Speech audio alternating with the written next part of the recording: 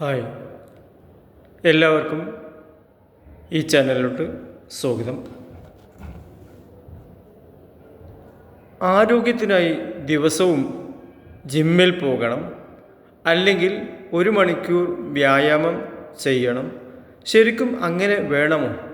നമ്മൾ ദിവസവും ചെയ്യുന്ന പല കാര്യങ്ങളും ശരീരപ്രവർത്തനമാണ് നടക്കുന്നത്. പടികൾ കയറുന്നത്, വീട്ടുപണി ചെയ്യുന്നത്, തോട്ടപ്പണി ചെയ്യുന്നത്, ജോലിക്കിടയിലെ ശരീരചലനങ്ങൾ, കടയിലേക്കോ പള്ളിയിലേക്കോ നടക്കുന്നത്, ഇവയെല്ലാം നമ്മുടെ ദിവസേനയുള്ള ഫിസിക്കൽ ആക്ടിവിറ്റിയുടെ ഭാഗമാണ്. നമസ്കാരത്തിലും നിൽക്കുന്നു, കുനിയുന്നു, സുജൂദ് ചെയ്യുന്നു, വീണ്ടും എഴുന്നേൽക്കുന്നു. അതിലും ശാരീരിക ചലനം ഉണ്ട്. പക്ഷെ ഒരു കാര്യം ശ്രദ്ധിക്കുക, എല്ലാ ശരീരചലനവും ഒരേ തീവ്രതയുള്ള വ്യായാമമല്ല. അതുകൊണ്ട് നമ്മുടെ ആകെ പ്രവർത്തനം ആരോഗ്യത്തിന് മതിയോ എന്ന് പരിശോധിക്കാൻ വളരെ ലളിതമായ ഒരു മാർഗം നമുക്ക് നോക്കാം. ഒന്നാമത്തെ പരീക്ഷണം, ടാക് ടെസ്റ്റ്. നിങ്ങൾ നടക്കുമ്പോൾ നിങ്ങളുടെ ശ്വാസത്തിൻ്റെ വേഗം ശ്രദ്ധിക്കുക. സാധാരണ സാവധാനത്തിൽ നടക്കുമ്പോൾ പാട്ടുപാടാനും സംസാരിക്കാനും എളുപ്പമാണ്. പക്ഷേ കുറച്ച് വേഗത്തിൽ നടക്കുമ്പോൾ സംസാരിക്കാൻ കഴിയും, പക്ഷേ പാട്ടുപാടാൻ ബുദ്ധിമുട്ടാകും. ഇതാണ് സാധാരണയായി മോഡറേറ്റ് ഇൻറ്റൻസിറ്റി ആക്ടിവിറ്റി തിരിച്ചറിയാനുള്ള ഒരു ലളിതമായ മാർഗം. അതായത് നിങ്ങളുടെ ദിവസത്തെ നടത്തം, ജോലി, വീട്ടുപണി തുടങ്ങിയവയിൽ എത്ര സമയം ഈ നിലവാരത്തിൽ ശരീരം പ്രവർത്തിച്ചു എന്ന് നോക്കുക. രണ്ടാമത്തെ പരീക്ഷണം 150 മിനിറ്റ് കണക്കാണ്. ഒരാഴ്ചയുടെ അവസാനം സ്വയം ചോദിക്കുക, ഈ ആഴ്ചയിൽ ഞാൻ കുറഞ്ഞത് 150 മിനിറ്റെങ്കിലും മോഡറേറ്റ് ആക്ടിവിറ്റി ചെയ്തിട്ടുണ്ടോ? ഉദാഹരണത്തിന് 30 മിനിറ്റ് വീതം 5 ദിവസം ബ്രിസ്ക് വാക്കിംഗ് ചെയ്താൽ 30 × 5 150 മിനിറ്റ് ആവും. അല്ലെങ്കിൽ ഇത് ചെറിയ സമയങ്ങളായി ദിവസങ്ങളായി വിഭജിച്ചും നേടാം.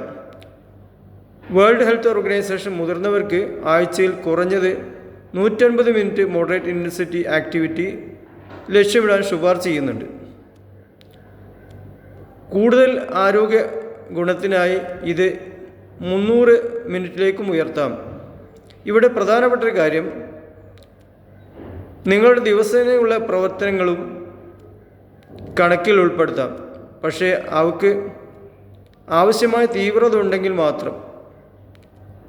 മോഡറേറ്റ് ആക്ടിവിറ്റി സമയത്തിൽ കൂട്ടുക. ഇനി വളരെ ലളിതമായൊരു വ്യായാമക്രമം, പ്രത്യേക ഉപകരണമൊന്നും വേണ്ടാത്തതിന് ചെയ്യാം. ആദ്യം 5 മുതൽ 10 മിനിറ്റ് വരെ ബ്രിസ്ക് വാക്കിംഗ്, വീടിനകത്തോ പുറത്തോ നടക്കാം. ശേഷം ഒരു കസേര ഉപയോഗിച്ച് ചെയർ സിറ്റ് ടു സ്റ്റാൻഡ്, കസേരയിൽ ഇരിക്കുക, പതുക്കെ എഴുന്നേൽക്കുക, വീണ്ടും ഇരിക്കുക. ശേഷം വാൾ പുഷപ്പ്, ചുമരിൽ കൈവച്ച ശരീരം പതുക്കെ മുന്നോട്ടും പിന്നോട്ടും കൊണ്ടുപോവുക. അതിനുശേഷം ഹീൽ റൈസ്, നിൽക്കുന്ന നിലയിൽ കാൽവിരലുകൾ ഉയർന്ന് വീണ്ടും താഴുക. അവസാനം കുറച്ച് ലളിതമായ സ്ട്രെച്ചിങ് എക്സസൈസും. ഇത്രയും പോലും ഒരു നല്ല തുടക്കമാണ്. ആഴ്ചയിൽ കുറഞ്ഞത് 2 ദിവസം പ്രധാന മസിലുകൾ പ്രവർത്തിക്കുന്ന സ്ട്രെങ്തനിങ് ആക്ടിവിറ്റി ഉൾപ്പെടുത്തുന്നതും നല്ലതാണ്. ഇനി നമ്മുടെ ഡെയിലി ആക്ടിവിറ്റി ചെക്ക്. രാത്രിയിൽ 3 ചോദ്യങ്ങൾ മാത്രം ചോദിക്കുക. 1, ഇന്ന് ഞാൻ എത്ര നേരം ശരീരം ചലിപ്പിച്ചു? 2, അതിൽ എത്ര സമയം സംസാരിക്കാൻ കഴിയുകയും പാട്ടുപാടാൻ ബുദ്ധിമുട്ടുകയും ചെയ്യുന്ന വേഗത്തിലായിരുന്നു? 3, ഈ ആഴ്ചയിൽ എൻ്റെ മൊത്തം മോഡറേറ്റ് ആക്ടിവിറ്റി 150 മിനിറ്റിലേക്ക് എത്തുന്നുണ്ടോ? ഉത്തരം അതേ ആണെങ്കിൽ നല്ലതാണ്. ഇല്ല എങ്കിൽ വിഷമിക്കണ്ട. അടുത്ത ദിവസം 10 മിനിറ്റ് ബ്രിസ്ക് വാക്കിംഗ് ചേർക്കാം. പിന്നീട് പതുക്കെ സമയം കൂട്ടാം.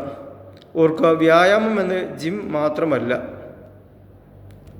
നടത്തം, വീട്ടുപണി, ജോലി, യാത്ര, മറ്റു കാര്യങ്ങളൊക്കെ ഇതിൽ ഉൾപ്പെടുത്താം.